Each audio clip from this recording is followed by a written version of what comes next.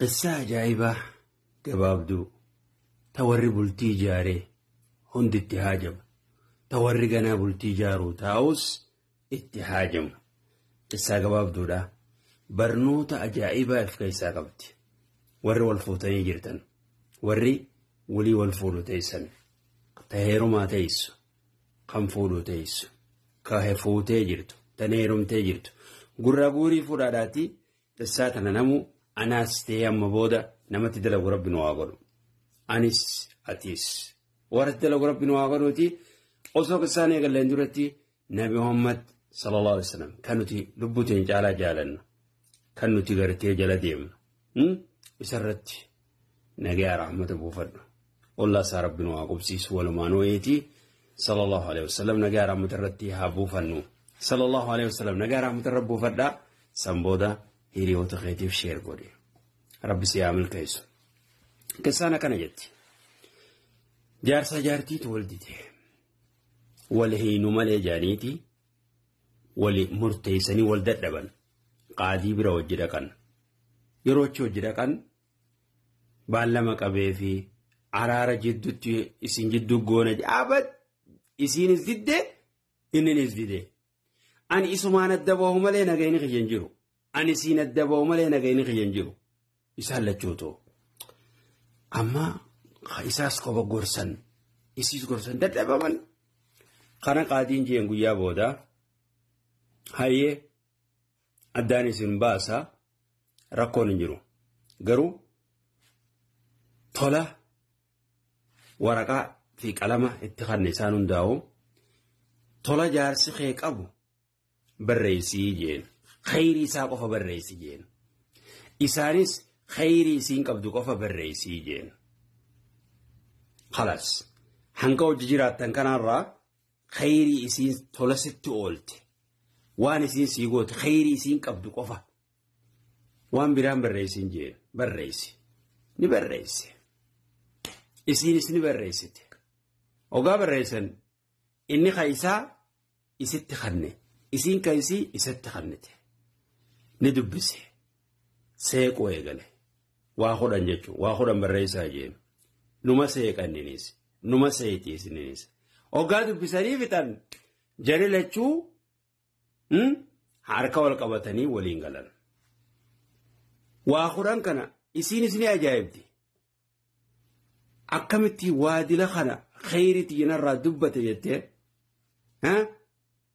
عبد جارس خيانة دمبو يدي إنني زيارتي جانا دمبو جي حركة قبطاني ولينغلان ونتو وان أركمي جرو وان غرتي أركمي جرو جاجو وصو وري والدي ديون دينو وصو ولينين اندرت وصمو جينتاني نمو خيري وليادتاني خيري نمنسون قبو يرو آران قفا خيري كنمنسون قبن الرامفتشو ديساني خيري ولي وصويادا نسلا غاريدا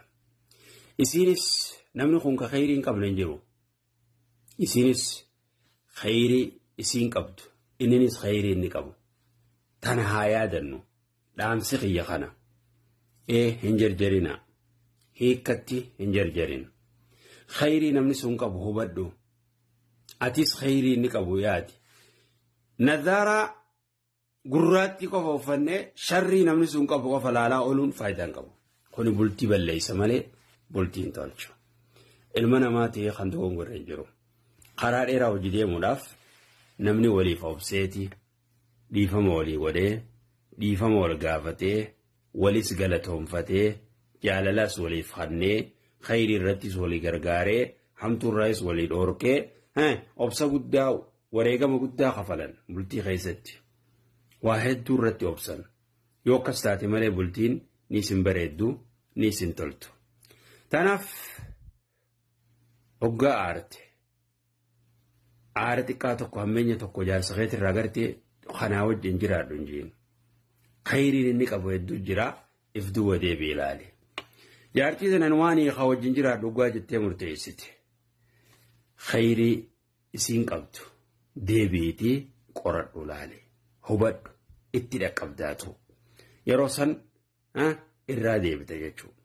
تناف أكارني مخندربن وانشدة دبني هنجر جرنا bultiin obsa feeti obsa rabbi nuuf haa kennu namatti dalagullee rabbi nuuf haa kennu jettee fi sheexaanallee rabbi sinirraa qabu anaaniyyaa dhiisaa if qofa jaalachuus dhiisaa tanaazula waan takka beekaa waa garii irra dabruu beekaa dhiisus beekuu gaarii dubbiin tiyya qoftiin adeemtuun jiin mana keessatti yaa dubartii nisin kijiben nama kijibuu namni nisin fedhu isin lachuu walittiin kijibina kijibni gaarii miti maallaqa qofaaf jechaa ooluunis gaarii miti bultii balleessiti if jaalachuunis if qofa jaalachuunis bultii balleessiti sigaltee wanni bultii balleessu hedduudha irraa ifeegaa keessaafuu takka gartee sammuu ifii jala deemuudha ani khalaas oggaan jeerraan deebi'u itti bar dubartiin gadee ani khalaas eegaan jeettiin deebi'u jetti kana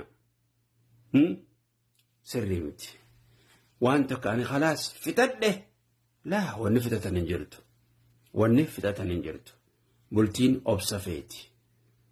sammuu jala deemuun gaarii miti if jaalatanii anaaniyyaa qabaachuun gaarii miti nama gartee ifiin deemu nama lubbuu ifii qofa jaalatuun ta'in nama beekaa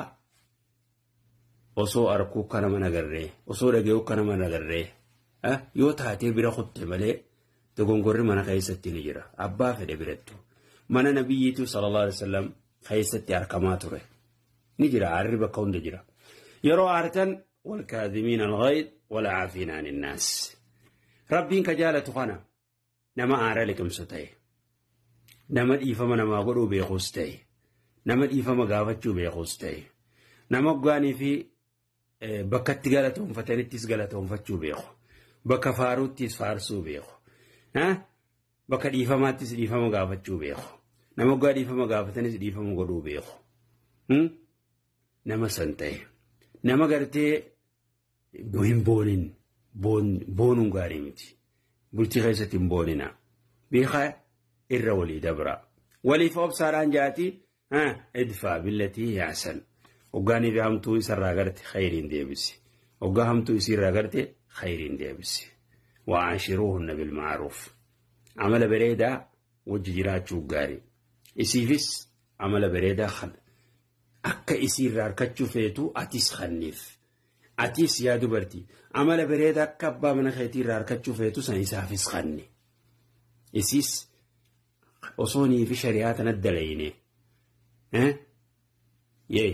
osoo nii fitti dalayne bultiin teenyaas bultii bareeddu taati jireenyi keenyaas bareeda ta'a nagayaan deemna jetteenis nu jidduun seentu iftuulummaas namni shari'aa yoo dalaganii sin boonu anaaniyyaa sin qabu if qofa jaalachuu if qofa faarsuu dubbii isaa qofa dhaga'uu hin qabu namni kana hunda namni rabbi jaalatu if gaqqabaa diinit dalagaa jannata barbaada idha sallat ilmar'atu khamsa dubartiinis jannata hoggaa barbaadu salaata shanan salaannaan qaalibbaa mana sii gootee farjii sii tiifattee zinaarraa if fageessinaan abbaa mana ajaja fudhattee jechuudhaan as keessa jira salaataas salaattee salaata shanan yeroo irratti ji'a ramadaanaa soomantee farjii sii tiifattee abbaa mana sii qaalii goonaan hulaa jannatarraa tafeeteen seeni janeen hin barbaaddu yaa salaam qabaattee zakaas hoggaa baafatte hajji waajibaatis dandeessee hoggaa goote abbaa mana keetii qaalii isaa godhe kabaji tiisi mana keessattis hin boonin hoggaa dogongortees dhiifama gaafachuu beeke hoggaa dhiifama sinjees nama dhiifama godhu ta'e ani kanan na guddise warra keenya irraa kafalachuun qaba irraa kafalachuun jaarsaa miti irraa kafalachuun jaartii miti sigaltee amala bareedaa wajji jiraadhaa isin xilaataa miti jaalalleedha wajaala baynakum mawaddatan wa rahmaa mana kana keessa rahmanni jiraachuu qaba jaalalti jiraachuu qabdi rizqiin barakaan khayriin mana kana keessa isin jidduu jiraachuu qabdi malee xilaatummaan bakka tanan jiraattu tanaaf namatti dalagu rabbi nu haa godhuuti nu hunda keenyaa'u rabbi nu haa milkeessu والسلام عليكم ورحمة الله وبركاته